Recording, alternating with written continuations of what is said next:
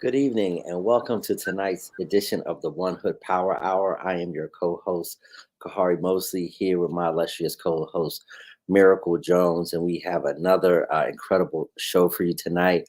We are being joined by Khalil Edwards of Black Voters Matter PA and Tiffany Lofton, the Higher Ed Campaign Director of the Debt Collective. They'll be joining us later in the hour, but we have so much to go over.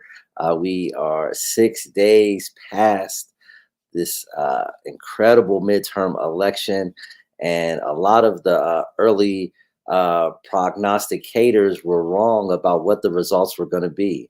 There was a red wave that people thought a red tsunami. Some people called it a red tornado.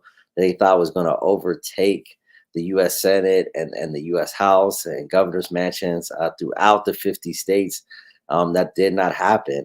And actually, the Democrats maintain control over the Senate, and the House remains in the balance. And it appears that maybe the Republicans will have a very small lead, maybe a 3, 4, or 5 seat, 6-seat majority at most in the U.S. House, much smaller than what was thought would be early this year. So much to go over. So let's start with the U.S. Senate race here in Pennsylvania, the most expensive Senate race in the country, where we had John Fetterman, the Lieutenant Governor of Pennsylvania, going up against Dr. Mehmet Oz, and John Fetterman pulled it out, suffering a stroke several days before the primary, and really not being able to campaign for most of the summer and not really getting back on the trail until around Labor Day, and then also clearly showing still lingering effects of the stroke in the one debate that they had on October 25th. Really worried a lot of Democrats and were worried about John Fetterman potentially losing the seat. But as of now, it is the one Senate seat that did flip. This is the seat that is currently held by outgoing Senator Pat Toomey. And this was a race watched, all over the country. I had people contacting me for months talking about this race. Obviously, John Fetterman, a very unconventional candidate, doesn't usually wear suits and ties. He goes with Carhartt hoodies and shorts in cold weather.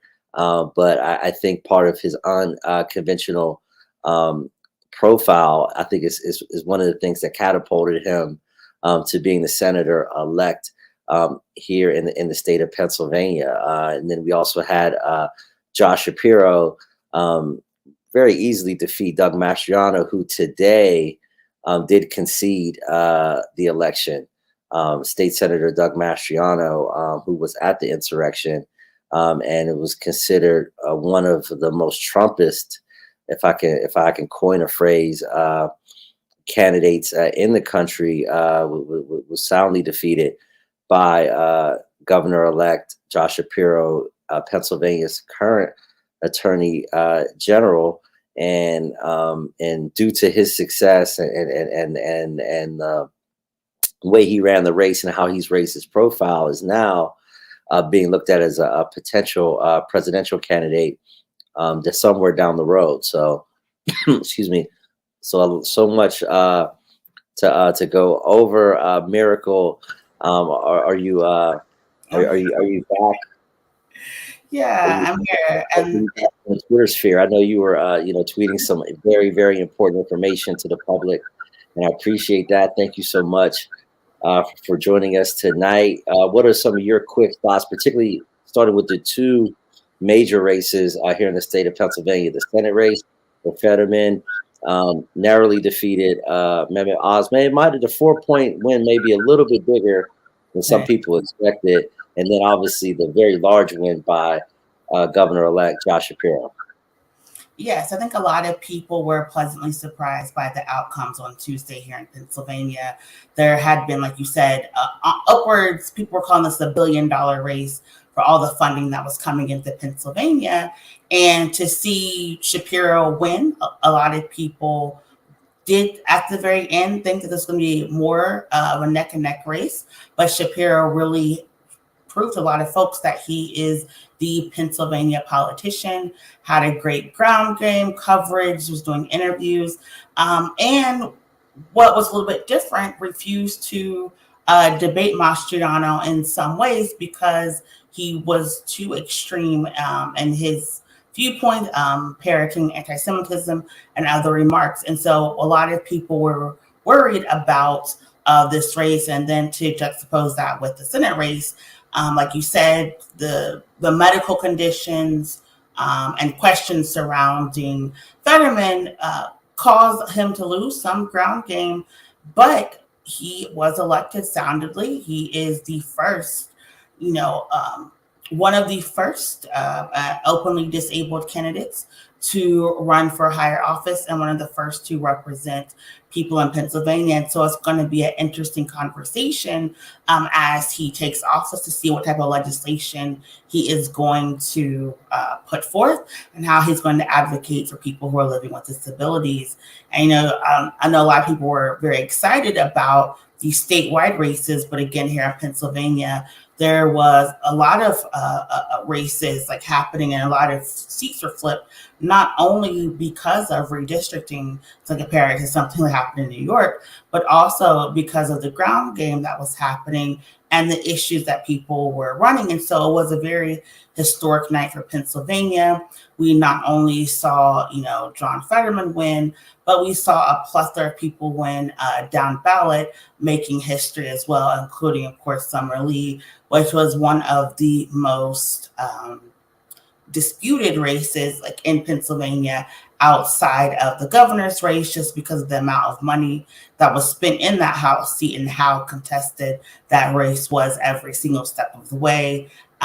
Summer was the first drawn out of her district that she was representing, had to fight a really competitive challenger, had to fight a really competitive general, because the person not only had the name as the incumbent, but also the amount of money. And so very interesting to see and the amount of people turning up. We had in some places surpassed 2018 numbers. And so this election, there's a lot of stuff at stake, particularly for people in Pennsylvania, but it really is very interesting because as we're looking at the rest of the country, especially in places like New York and Texas and Georgia, to see how the turnout differed because of the way the races were run, it's going to be a very interesting conversation going forth. But, it's what democracy is. It comes down to participation and voter turnout. And so it's been a very, very interesting political science experiment this past week. Absolutely, and a couple other quick things to point out. They're still counting votes in the Pennsylvania State House, and the House Democrats do believe that when all the votes are counted, the Democrats, will either have a 102 to 101 advantage or a 103 to 100 advantage, giving the Democrats the majority in the Pennsylvania State House for the first time in over a decade, which would make Minority Leader Joanna McClinton the first African-American woman to be Speaker of the Pennsylvania House and the first African-American to be Speaker of the House since the historic and legendary K. Leroy Irvis, who was the first Black Speaker of any legislative body anywhere in the country when he became the Speaker of the Pennsylvania House over a generation ago. So we're going to continue to watch that. From what I understand, it's still currently tied at 100 seats to 100 seats with 3 seats in the balance. Democrats are currently leading, at least at last checked, in those 2 seats. So that's something we're going to be continue to watch very closely. And also today, Chris Deluzio, and Summer Lee began their orientation as new members of Congress. They are both in DC, and we wish them the best, Chris Deluzio and Summer Lee, who are no strangers to this program, who joined us several times, including the primary election cycle up through the general election cycle. And they, as we mentioned, were both victorious last Tuesday, and today began what they call training to be new members of the next Congress. And I believe Latasha Mays is also in Harrisburg beginning her orientation. So as the votes are counted and the final concessions are made, and the final votes are counted, new members of Congress and the General Assembly are moving on to Harrisburg and Washington. So very, very, very interesting stuff, and we look forward to talking to them about their new experiences and what they have planned as they have crossed the threshold and will begin their new chapters as elected officials.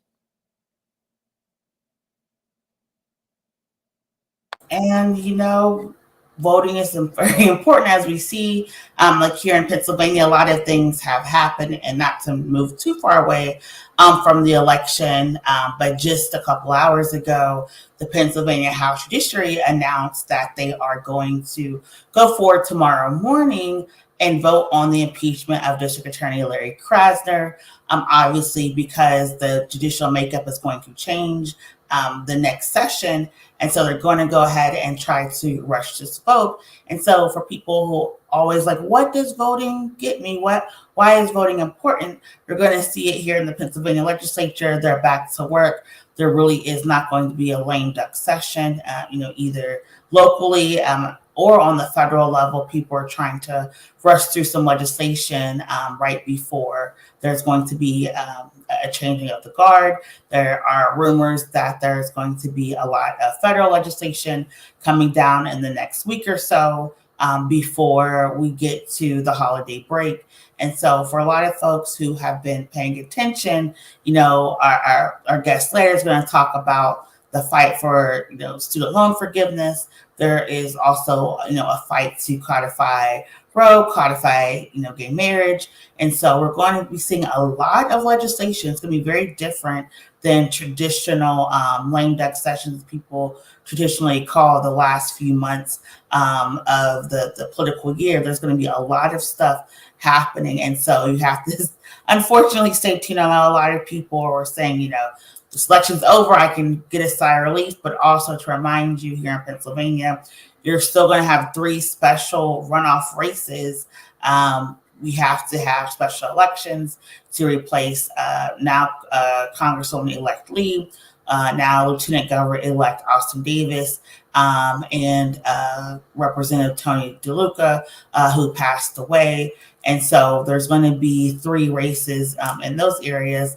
So here in Pennsylvania, election 2022 is not over yet. So you still have to stay motivated, still engaged, still energized. And we also know people in Georgia, they have the runoff election that's going to happen on December 6th. So that election, is going to have consequences on the federal level, especially with the judicial candidates. So it's going to be very important that people still get out and vote and engage the electoral process. I know everyone's tired and exhausted, but this advocacy policy work really never stops. And so I'll turn it back over to you, Kahari, to talk a little more about the election.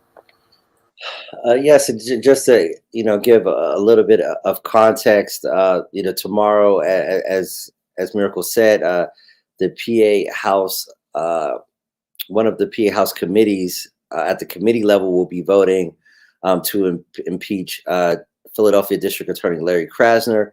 If that vote is successful, there will be a vote to move to the full House, and I think it is yet to be determined when that vote would take place. And that'll be tomorrow. I don't believe the way the parliamentary procedure works, it would be able to happen tomorrow. And I guess it's questionable whether they would be able to get it in front of the full House before the House departs to end the session before they seat the new legislature in January. So that's something we will be watching closely as far as the exact details and the timing of how the committee vote is going to take place tomorrow, and then a potential full vote in the Pennsylvania House. And as people know, the current membership of the House is different than the membership of the House will be in January. Currently the Republicans have a significant advantage in the current House as opposed to what could potentially be a very narrow Democratic advantage come January. So that's something that we are going to be closely watching. But now we're going to move to our first guest of this evening, Khalil Edwards of Black Votes Matter, the director of Black Voters Matter Pennsylvania, representing from the city of brotherly love, Philadelphia. Welcome to the Power Hour. Thank you so much for joining us. Thank you. Thank you for having me. Thank you. So can you just tell us a little bit about, for those who are just joining us, about Black Voters Matter and the work that Black Voters Matter did in the state of Pennsylvania this political cycle? Yes. Black Voters Matter is an organization that was based in Atlanta, Georgia. Had a great wins in 2019, 2020, and did some, branching out in further states in PA. They believe in anything for the liberation of Black folks. We believe that voting is a strategic way to create power in Black communities. And we've been able to bring resources to multiple states, preferably PA, by, partnering and funding with great grassroots organizations who knows the community that they're in and has been doing some great groundwork. And so you talk about the great groundwork. Y'all just had the large rally with Unite PA. Can you talk about some of the issues that people were saying was leading them to get energized about this election cycle? I would say, me being the lead in PA, I visit a lot of different counties in PA. So, preferably it's the same issues you hear in Black communities, no matter what county you're in. Gun violence, especially in Philadelphia, with over 500 people being killed in Philadelphia. A lot of different other counties, Black counties around the state. Healthcare.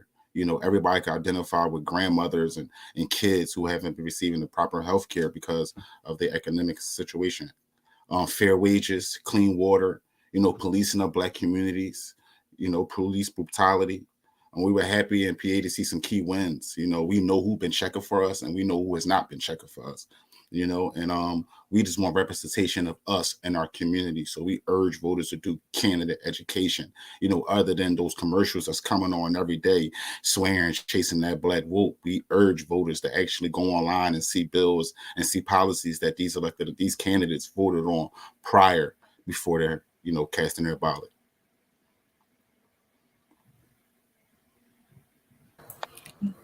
Talked a lot about voter education and engagement, and you did this bus tour, that We Won't Black Down bus tour.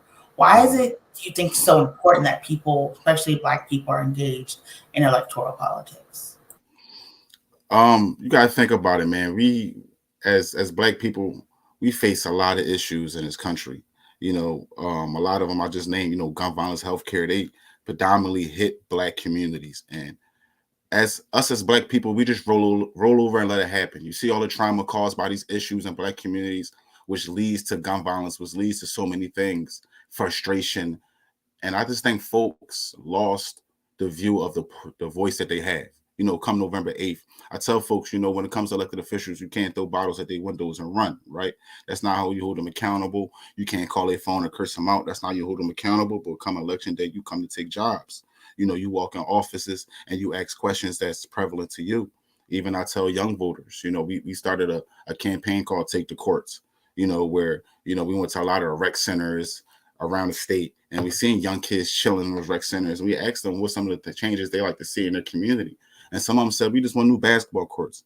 We want Wi-Fi in our rec centers. Everything was focused based on the rec centers and the safety of children. And we urged them young voters between the ages of 24 to go find, those candidates who cared about rec centers like they did.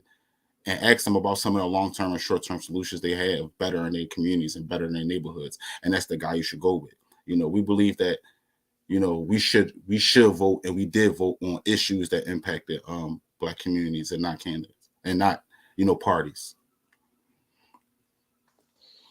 Thank you for that. And again, we talked a little bit about the bus tour. We know, it made a stop in Philly, and we all were in Philadelphia the weekend before the election, and Kerry Washington came out. We were, up in Germantown, in the Germantown section of the city. Can you talk about where are some of the other places that the We Won't Black Down bus tour traveled throughout the state of Pennsylvania? We've been everywhere, man. We've been to Pittsburgh, Dauphin County, Erie, Susquehanna, Cambria, Delaware County. But what makes it so perfect and it made it so, dear to me about that Kerry Washington event and I'm glad you guys had a chance to attend. And we had all those folks there, over 200 folks we got a chance to partner with Unite Here, and that's an organization that had over 150 canvassers, 200, 300 canvassers that they send out every day with their messaging. And sometimes, being a canvasser, being a black person coming from a Black community, when these jobs, these opportunities come around, Black folks are quick to snatch them. And a lot of organizations are out there chasing that Black vote who might not be Black led. And we understand that. But those 300 or 400 canvassers that they're hiring every day need to understand that, the importance of their vote. They're the folks that was out there having those conversations on doors, targeting Black voters to get out and vote. And I feel like, it's a need to educate those folks because, I've been a canvasser at 18, 19, 20, 21 years old and worried about the money and not the election before. I've been in those shoes. And just to have those folks understand that, by knocking these doors, by having these conversations, you're not only doing something for pay, which I know you need, but you're doing it to better your community. You're doing this for your children. You're doing this for history. So the reason that Kerry Washington event was so ideal. And I mean, like I said, Kerry Washington was the icing on the cake. Olivia Pope was the icing on the cake to come out and talk to our Black folks about the importance of the election. But just to have all those canvassers out there that was responsible, for democracy and going out there to have those conversations on those Black doors just to make sure that their minds was right and they understand the importance of this election themselves before going out to have those conversations. You're talking a little bit about, being intentional with communities. And that has been one of the biggest, I think, pushbacks that people say, election comes, you run to Black people, elections go, and you leave us alone. But with your organization, Black Voters Matter, you have a year-round engagement, a year-round education. Can you talk about why that is so important and what does it mean? What people need to be focused on now that the election is over? Why it's so important is it builds trust. There's so many different organizations coming in around election time talking about why we should vote, why we should get out to vote, or you register to vote. Well, us being in there all year round, we know that, issues that impact Black communities don't stop or start on election day. We in this for the liberation of Black folks. And I've been awarded the opportunity to bring on so many different types of organizations within our coalition of over 100 partners in PA. We have gun violence organizations. We have organizations that focus on education, organizations that focus on healthcare, organizations that focus on clean water. And a lot of these organizations, youth mentorship organizations, and a lot of these organizations didn't know the importance of voting before joining this coalition. So by partnering with these credible messengers that the community look up to, that the community, that the community look up to and the community depend on when they're in need, was key to train those guys and have them understand the importance of voting and have them go spread the message, because sometimes you got to meet folks, where they at. And the good thing about Black Voters Matter is, we don't come into new cities and new counties trying to, create new agendas or new things. We lean on partners and we support partners because we believe the partners can identify the issues and the solutions and the actions that's in their own communities. And like I said, just to be awarded the opportunity to support them and listen and help them and give them some of the tools that they might need to create change in their own communities is beautiful. So I would say just, listening and being able to, go into communities and work hand in hand with those partners from their communities to identify, some of the issues and solutions all year round other than voting. And obviously, we talked about, earlier, you're based in Philadelphia. And when we were going through some of the headlines, we discussed, the situation in the PA House. And we just got a quick update that according to the ACLU, if the PA House government committee does move forward with an affirmative vote to impeach DA Krasner, there could be a vote as soon as Wednesday morning in front of the full House. Could you just give us a sense of how folks back in the city of Philadelphia, obviously a city that has elected him to district attorney twice, how is this being perceived, and how are folks in Philadelphia who are watching this happen in Harrisburg? What is the general feeling in the city of Philadelphia around this issue? I would say, from a Black Voters Matter standpoint, of course, we're nonpartisan. So, I really don't have nothing on that. But from a personal Philadelphian standpoint, so my message to you guys in Pittsburgh is mixed feelings around, Philadelphians. You hear a lot in Pittsburgh about the impeachment, but you don't really hear too much in Philadelphia about it. So I said it's a lot of mixed feelings around that. And I think it comes to folks educating themselves and finding out why they're trying to impeach Larry and why and how and the process they're trying to do it. But like I said, there's a lot of different mixed feelings around that situation in Philadelphia. To be honest, it's tearing the city apart. Thank you for that. Back to you, Miracle. And I know you said that's tearing the city apart, but you have been working to bring the city together, to really bring the whole, Commonwealth together. As you look back on these numbers from Tuesday, like you said, they have, in some instances, surpassed the 2018 numbers.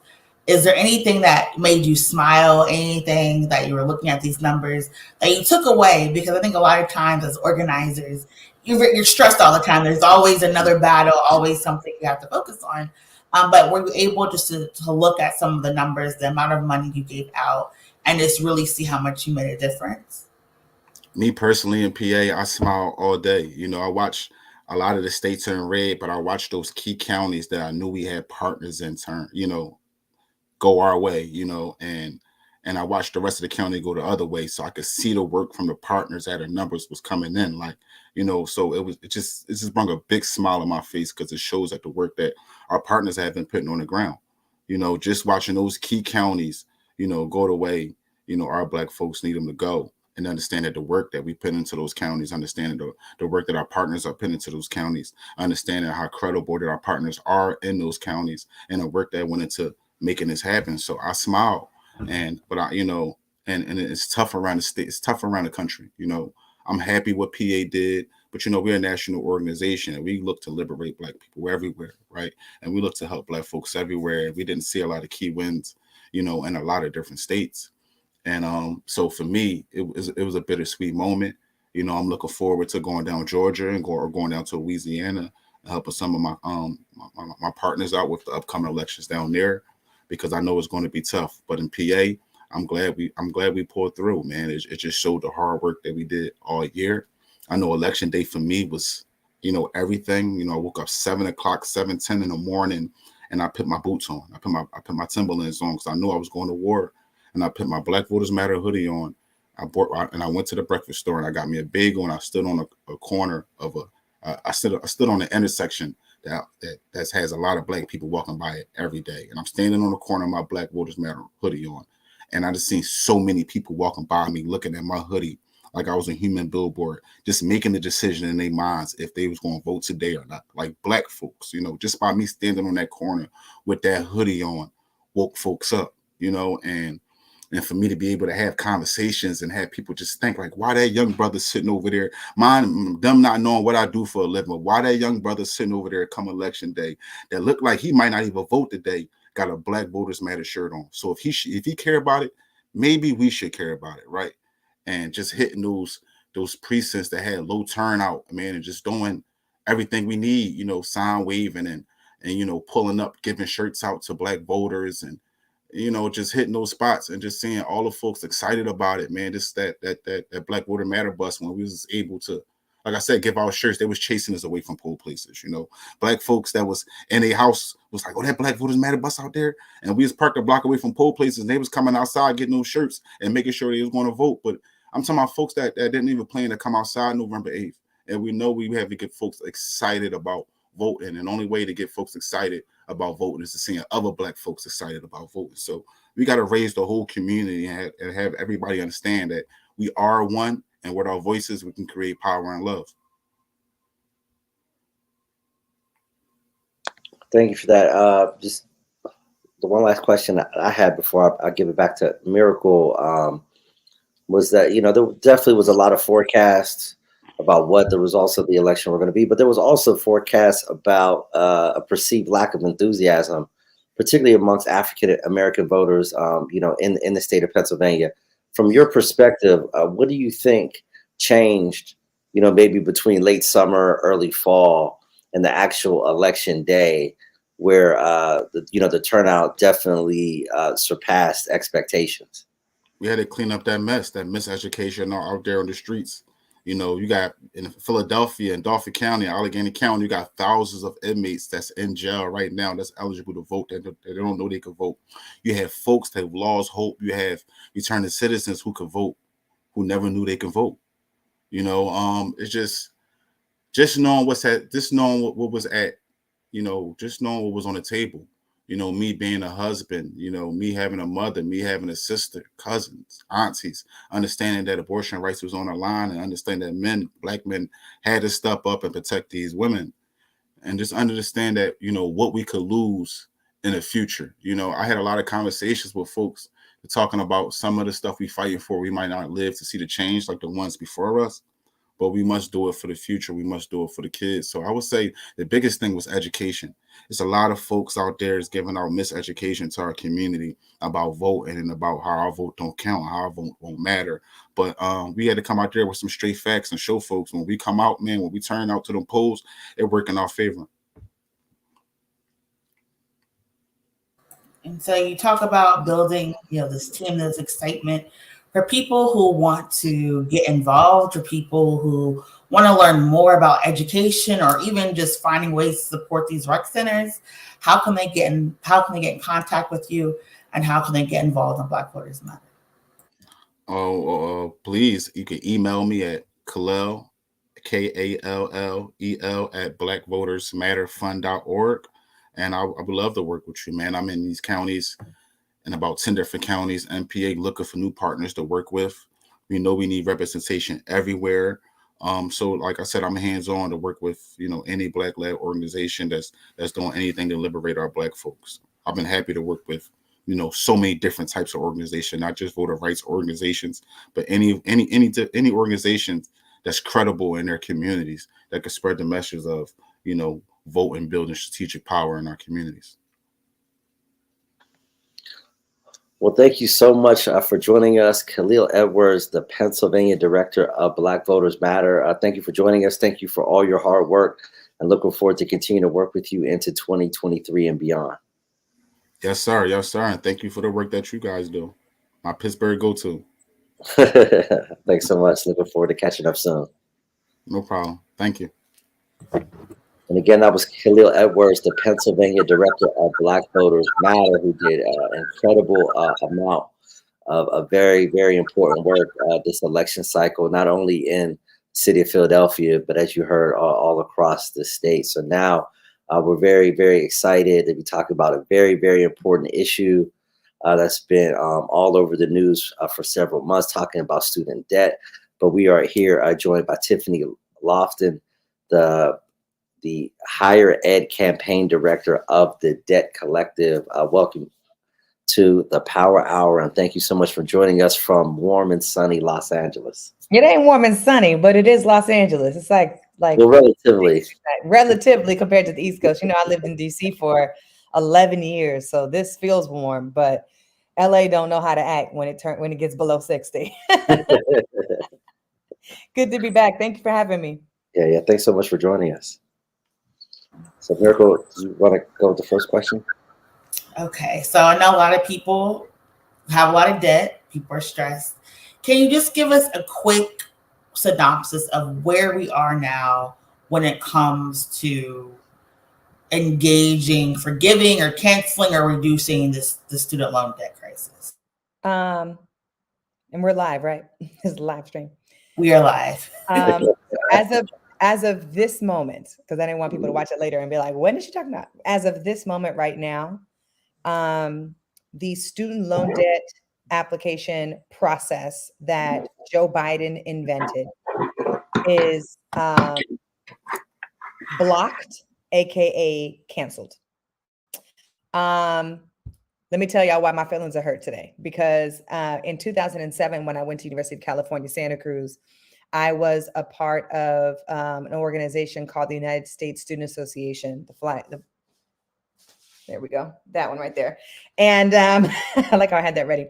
And they believed that education should be a right, and I, as a student, believed in that agenda. And in that agenda comes making college accessible, making it having a quality education, making sure that everybody who wants to go to college can go to college if they want to. And I understood as a first year what the pushback was when the Regents of the University of California school system, which is where I went to school, rose our tuition 32% in the first quarter of the first year. So since 2007, and that tuition increase happened, I have been saying, first of all, education needs to be free. Second of all, we need to cancel all the student loan debt. Why are people graduating with student loan debt? And on August 24th, when Joe Biden made the announcement, and like there's pieces of obviously the campaign that were really exciting to organizers and activists of this movement for a better education system, for a well-funded education system, for canceling student loan debt. But the victory that we really got was on August 24th of this year when Joe Biden made the announcement. Now, Joe Biden made the announcement under his legal authority in a bill that was passed a long time ago, 2013 actually, called the HEROES Act, which says that, I'm summarizing it, which says in an emergency, national emergency, the president has the power to give financial relief to people across the country. And he used that sentence, those sentences in that bill to say, okay, well, I have the power to go ahead and forgive people's student loans, which everybody has been saying you had the power to do that. You have the authority to do that. You're the president. And we had immediately backlash. And let me be very clear. There are the commentators who give backlash because they had to pay off their student loans, or maybe they don't think education should be free, or maybe they don't believe that I should have my student loans forgiven, or maybe they feel like people who want student loans forgiven are lazy people. There's that group, right? I'm gonna put them in a box and close the box. So I'm not talking about them. I'm talking about these folks over here who opened up a Pandora's box of lawsuits that legally challenged Joe Biden's announcement on August 24th. First of all, you ain't got the power to do this. First of all, we don't like this idea. First of all, if you cancel student loans, we're going to lose money. Because think about it. If we're paying student loans, the money's going somewhere. Plus the interest. It's not going back to my school. If it was going back to my school, this would be a completely different conversation. It is going to student loan profiteers. It is going to student loan companies that are state-owned, that are owned by individuals that make a lot of money already. And we have compounding interest rates on top of those student loans. So these people filed 7 different lawsuits. And there was one lawsuit that had like 6 states that were Republican states that were a part of the lawsuit. There was a lawsuit recently that was backed by the co-founder of Home Depot. I don't know why he has personal interest in this. He runs Home Depot, but he backed an organization called the Job Creators Network, and he decided to put forward a lawsuit. The plaintiff was basically arguing, listen, this forgiveness program plan that you created, Joe Biden, hurts me because I did not get the Pell Grant. And what we were saying on the debt collective side was, wait a minute, fool. If you mad that you wasn't included, don't sue the program. Fight to get included, right? Like you're actually for student loan forgiveness because you want your loans forgiven too.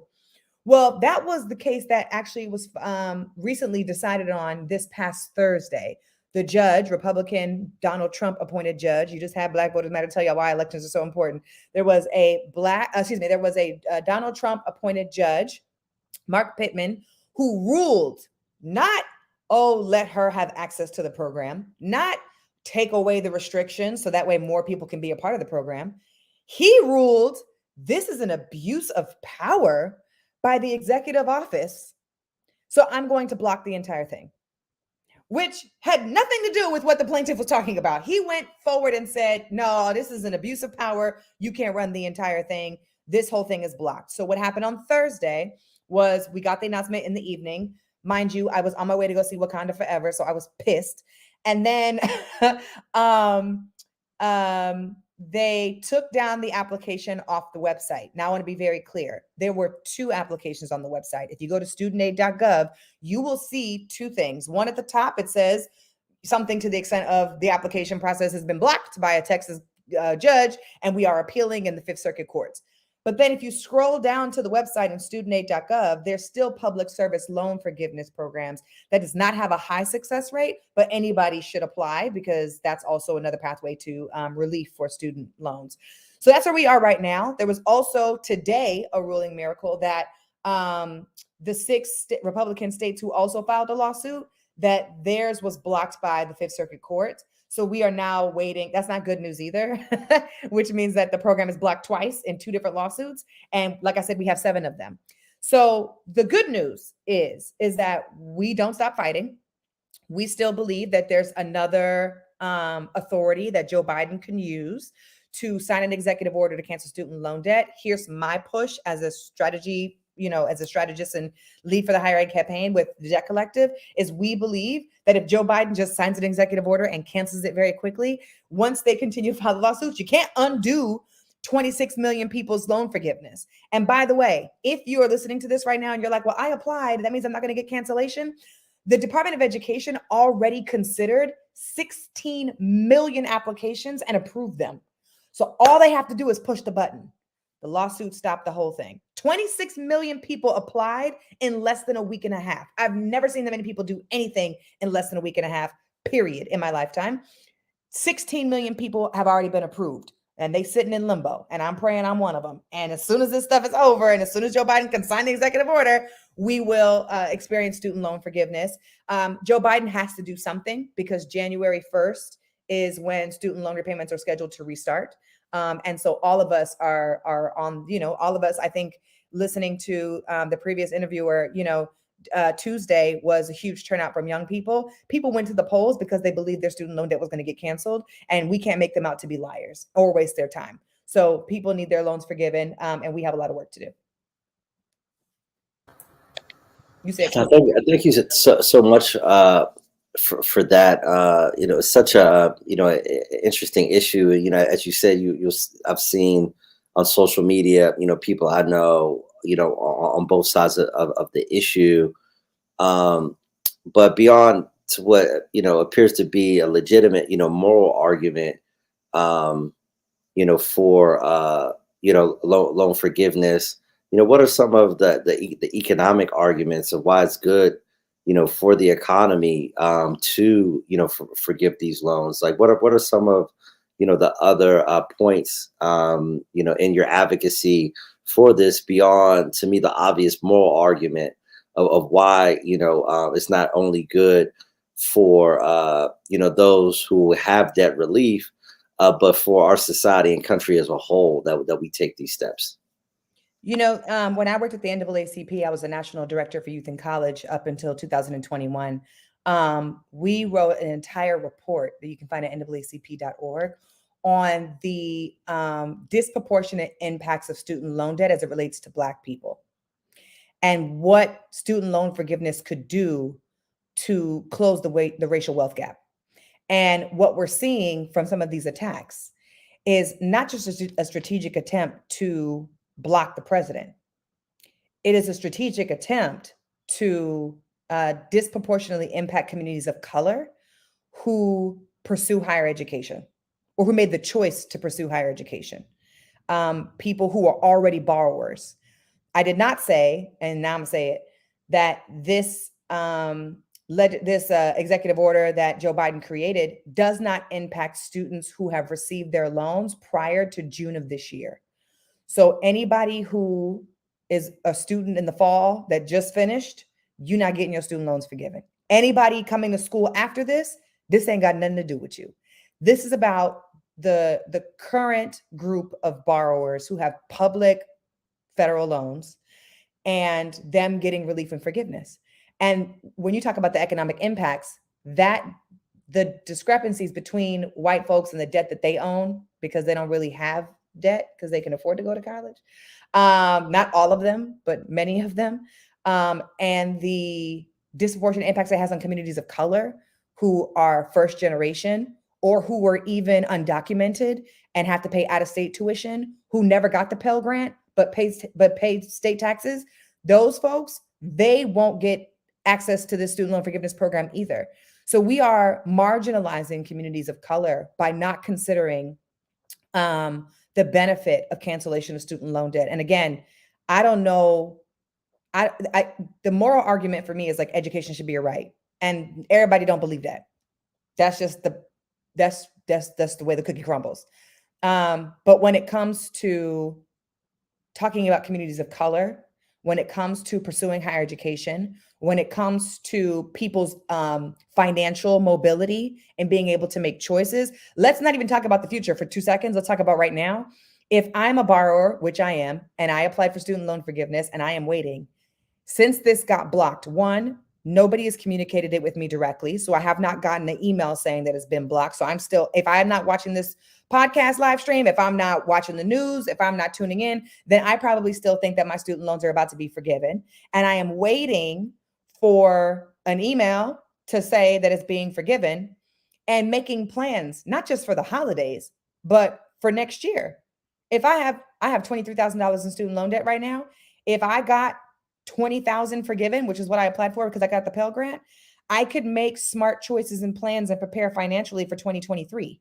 I cannot make those choices right now because there's a strong probability that I don't know. That I have to pay back my loans come January 1st.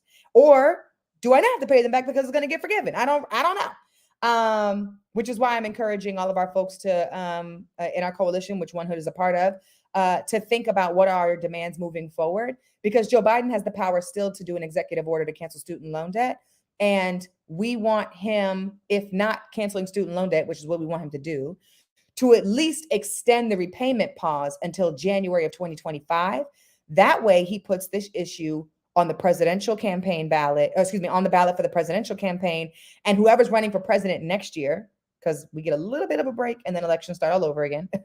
We get the presidential campaign for next year. Those people have to present plans around student loan debt cancellation and really just college affordability all in general. And I think that would also be a smart idea if he just delayed the repayments and put it for the next president, whoever that may be. Thank you for that. I think it's very important that you talked about how your tuition increased after you started, because a lot of people don't understand that you can literally have your tuition increase while you're going to school. You could plan ahead, do the smart saving, but then something happens and you'll still need, student loans, and how the student loan forgiveness also frees up people to purchase homes, to invest, to do investments, especially as we're looking at inflation right now. It's very important that people have that financial mobility to really give back and invest within the community. And you talked about some of these demands. Can you just talk, and you talked about like the lack of communication that the Department of Education has really been giving. What have you been hearing from different people, from borrowers? People are really excited this was happening. You talked about, over 20 million people being impacted and having millions of applications just during the beta testing alone. And so we know this is an issue that a lot of people, care about. But what have you been hearing? What have you been talking about to people about as these court cases are coming down? I'm writing this down so I don't forget.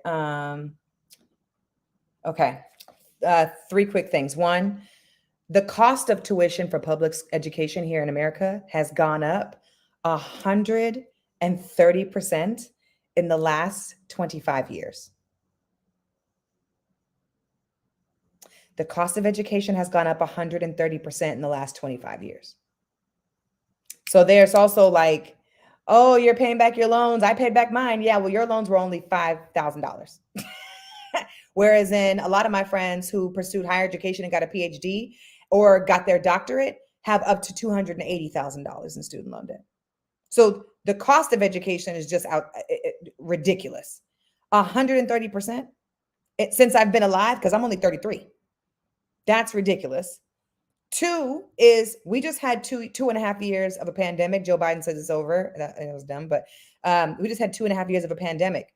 The problem with the pandemic was I teach at UC Santa Cruz. I teach leadership and organizing and coalition building at UC Santa Cruz, my alma mater. And my students at that school were sharing with me in my class, we had a virtual class, that they paid the full cost of tuition, room and board, and then the school shut down. And nobody got refund checks. So you had to pay the rent, you had to pay for your dining hall card so you can eat, and you weren't living on campus and you weren't eating at school. You also had to pay full tuition, but everything was virtual and cut in half. And the school said, we're going to send y'all 3 PPP masks and 2 boxes of COVID tests while they were at home. And that's not what we asked for.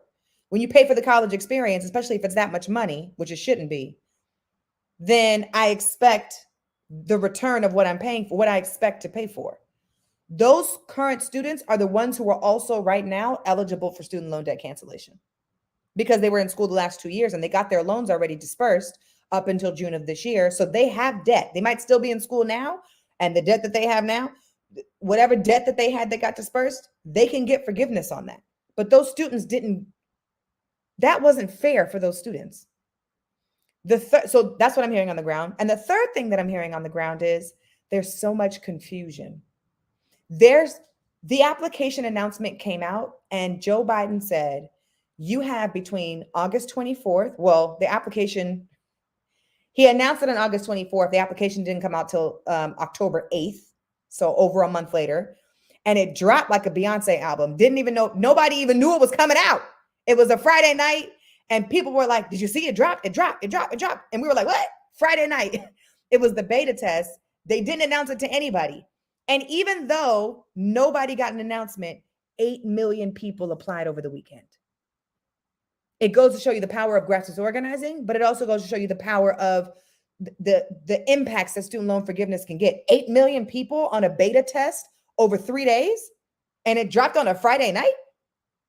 So there is confusion because that application dropped and Joe Biden said, yes, you have to pay back your loans January 1st, but the deadline to this application is not until December 2023. Now, I'm gonna be honest with you, family. I don't know why somebody would wait until December 2023 to apply for student loan forgiveness, because that was the deadline. But if they did, and they had not applied because they thought they had 1.5 years to apply, now the application is down. There's a strong possibility it got blocked and it'll stay blocked. Those people will not have access to that application anymore, right? So now people are confused. Wait a minute, can I still apply? No.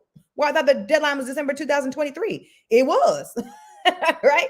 Wait a minute, can I apply for public student loan forgiveness? Yes. Well, if I worked at a labor union, which is community work, service work, public sector work, can I be qualified for public student loan forgiveness? No. Well, why not? Because the federal government doesn't consider that public sector work.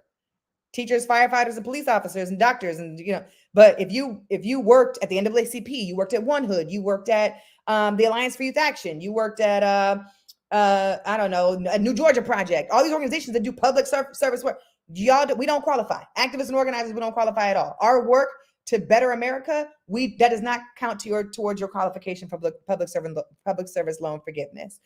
So there is confusion in the atmosphere. And for those who don't know that it got blocked, there were some people who knew lawsuits were happening. There were a lot of people who were like, well, if I apply for student loan forgiveness or cancellation, then my state might tax me. And so they were afraid to apply to the application, even though some of the states had agreed that they were going to change their tax code so that you wouldn't get taxed on your cancellation, right? On the amount that you got canceled for. There is confusion. And I'm going to blame Joe Biden for the confusion. This could have been way simpler from the beginning. He could have pushed a button and forgiven the debt. That's it. But now you have all these hoops and jumps. And the other confusion is people who had FFEL loans were encouraged to consolidate their FEL loans with their public service loans so that they could get cancellation. And then randomly one night, the website for studentaid.gov, the requirements changed and said that if you had not consolidated by September 9th, you were no longer eligible for the cancellation at all. And there were people who did not know that that deadline was going to happen, but they made the deadline on the day of the deadline. So people are confused. That is what I'm hearing in the field. And again, I blame Joe Biden for this. I think that the 2 years that we had where Joe Biden kept kicking the can down the road. All right, y'all got to pay it back January 1st. All right, you got to pay it back August 9th. All right, you got to pay it back October 10th. Bruh, just cancel it. Like, what are we doing? And if you're going to do all that now at this point where we're in this gridlock and this chessboard where we're all in checkmate, then just kick it back to the next president then, because clearly you don't know what you're doing and you can't handle it. Or you don't want to. And that's a possibility too. I fundamentally believe Joe Biden didn't believe in none of this stuff. I think that Elizabeth Warren and Bernie Sanders pushed him there, but I can say that here on the podcast as part of the Debt Collective. Yeah, and I think you're talking about issues that people have been fighting for years, and it's one of the reasons why people have been advocating for automatic universal changes. Literally, everybody gets their student loans forgiven. You start all over and cancel it out. And people have been talking about the lack of communication. So, like, as we wrap, what is your hope? I know they say you're never supposed to hope and, speak it out into existence, but I believe we're in touch and agree here. What is your hope for this debt situation, and what would you like to see from this administration, particularly from this administration, because this administration is still here and they're still in power and they still have the ability to change things? I'm glad you asked me that, Miracle, because right now my book that I'm reading is called Freedom Dreams by Robin D.G. Kelly. This is not an advertisement. I bought this book myself and I don't even know the author, but I do know Aja Monet. Shout out to Aja Monet, the dope ass poet. Sorry for cussing. Freedom Dreams is the book I'm reading. So you asking me about my vision and imagination for the administration is actually really relevant. Here's my imagination. It's twofold. One, I don't want our elected leaders to take young voters for granted anymore. Cussing is cool in the Power Hour. Thank you. I don't want our elected leaders to take young voters for granted anymore. It's almost like a quid pro quo. Y'all told us to come out and vote in the midterms. And these midterm elections, we had the second highest young voter turnout in the last 30 years. And we were only 1% lower than the year that we got the highest in 2018 for midterms, or 2016, excuse me. And was 2018, 2016, I can't remember, whatever the midterm was. I think 2018 was the presidential. And so because young people turned out, because we were out, one hood, y'all was out mobilizing voters. I was out mobilizing voters in LA, in Atlanta, in Texas, like in Oklahoma. And we told people that they needed to take out the time to vote. And when people can make elections and politics personal, they get more inspired. They feel more committed. They can see the daily changes happening in their own community. And I feel like now that the elections are over and this ruling came down 2 days after the election, after we all turned out, and we have been working for over a year, to be clear. When you do midterm election work and you do civic engagement work, you don't do it the month of November. This stuff starts the previous November, if not the previous summer before the November. And I think that the elected officials are going to look at us and not show up for us the way we showed up for them.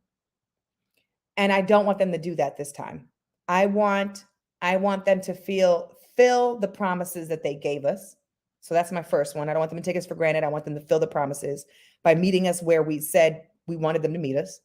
And two, I want us to think bigger about the problems that we currently have. We talk about student loan debt because that's the issue that student loan debt cancellation, because that's the issue that we are fighting for because of all these rulings and because of what we're trying to do and because of the application and because literally 26 million people are depending on us to move this forward so that they can get the relief so they can continue their lives and plan for the future and save money and do whatever. But this is about education. And when we think about the critical race theory fight, or we think about gun violence at schools, or we think about police brutality in our public schools or in our institutions, when we think about the teacher shortage, all of these things to me are connected. And there's already a debate about the value of education in college. And I hope that in the next 2 presidential cycles, maybe it'll take 1, but maybe 2 presidential cycles, we are able to make some really strong gains in education justice, because our babies need it, our communities need it, the people who already went to school need it. And our visions have to be bigger than just student loan debt cancellation. We deserve those bigger visions. That's my hope. I thought I wanted to like pass the offering plate right quick. Not this morning on a podcast. Oh, damn. We'll take that later. But last thing, as we wrap, how do people get in contact with you? The Debt Collective. I think we have to have you back on for the debt strike. Yeah, I'm about to drop that right now. Yeah. But how do people get in contact with you? Everybody go to debtcollective.org. There you can find everything. You can find ways to take action. We also don't just focus on student loan debt. We focus on medical debt, renter's debt, all kinds of debt. So, but student debt is my issue. Higher education is my issue. So go to debtcollective.org.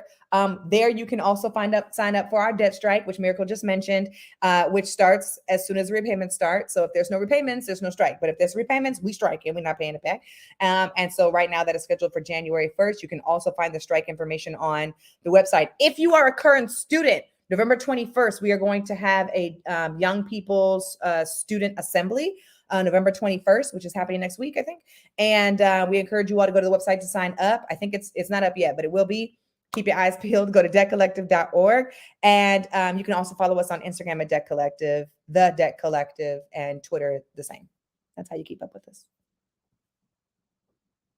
All right, Tiffany D. Lofton, thank you so much for spending your Monday with us. Love your passion, love your energy, and I hope your vision comes to life so we can have this better, safer, more financially stable holiday season. Me too. I love y'all. Thank you for the work that y'all do.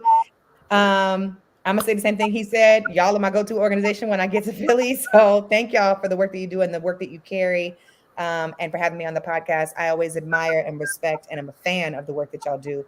And I don't take it for granted that we get to work together every day. So thank you all. Thank you so much for the kind words and for joining us and all the hard work you do. Thank you. Y'all have a good night. Are you too? Bye. Like you said, there's a lot of stuff happening electorally related. A lot of people I know get so frustrated sometimes you have to look at your text and see another election text or another election ad. But these are the people we put in office that really impact our lives. And so that's why we want to let you know the things that we keep fighting for. We talked top of the hour, the hearing tomorrow, Larry Krasner, these votes that are coming down, like here in Pennsylvania. It's very important that people are mobilized, organized, and so seen within this electoral framework. And so I want to thank you all so much for tuning in. Please get involved. Contact your elected officials. Let them know that student loan debt is something you care greatly about. And, I'll turn it back over to Kahari to take us home. But again, I want to thank you all so much for joining us this evening. Don't forget, to like, and subscribe, all that type of stuff on our YouTube pages. But I'll turn it over to Kahari to take us out. Again, I want to thank Khalil Edwards from Black Voters Matter PA and Tiffany Lofton from the Debt Collective for another engaging, informative conversation tonight about the election as well about student debt relief. So thank you so much for joining us, and always to our viewers, thank you for joining us as well. And again, when one election ends, another election cycle begins. So we are right at the precipice of the 2023 election. There's going to be a round of announcements coming in the month of November and in December around a slew of local races here in the Pittsburgh area, and also in the Philadelphia area, as Khalil alluded to in his comments earlier. You have the Philadelphia mayor's election, as well as other races, and we have the county executive election and the district attorney election here in Pittsburgh and Allegheny County, as well as a slew of other local elections. There's going to be a ton of announcements coming soon, so stay tuned to that as well. And again, the House Government Committee is going to be voting on impeachment of District Attorney Larry Krasner of Philadelphia County. And if that passes, there may be a vote as soon as Wednesday morning around that, and just in the whole other. Just to go left real quick, do want to give a shout out to Westmoreland County Commissioner Gina Cirilli, who gave birth to her first child today. One of the few times in Pennsylvania history elected official has given birth while in office. I just bring that up because, as many of you know, my wife, current Common Pleas Court Judge Chelsea Wagner, gave birth twice while in elected office, once as a state legislator in 2009, and then again as Allegheny County Controller in 2012. So shout out to all the moms holding down elected offices. And this is something that should happen more often, I believe, in our political world. But shout out to Gina Cirilli out in Westmoreland County. And back to you, Miracle, to take us home. Well, I hope tonight's Power Hour was informative for you. I hope you learned a little bit about the work it takes to, engage the public. But I hope you left and feeling inspired and motivated, and seen and included in this fight for electoral power and organizing. Thank you so much for tuning in. Hope you enjoy the rest of your Monday. Stay warm outside. It's very warm. It's very cold for some of us, in the South and on the coast, in the Mid-Atlantic.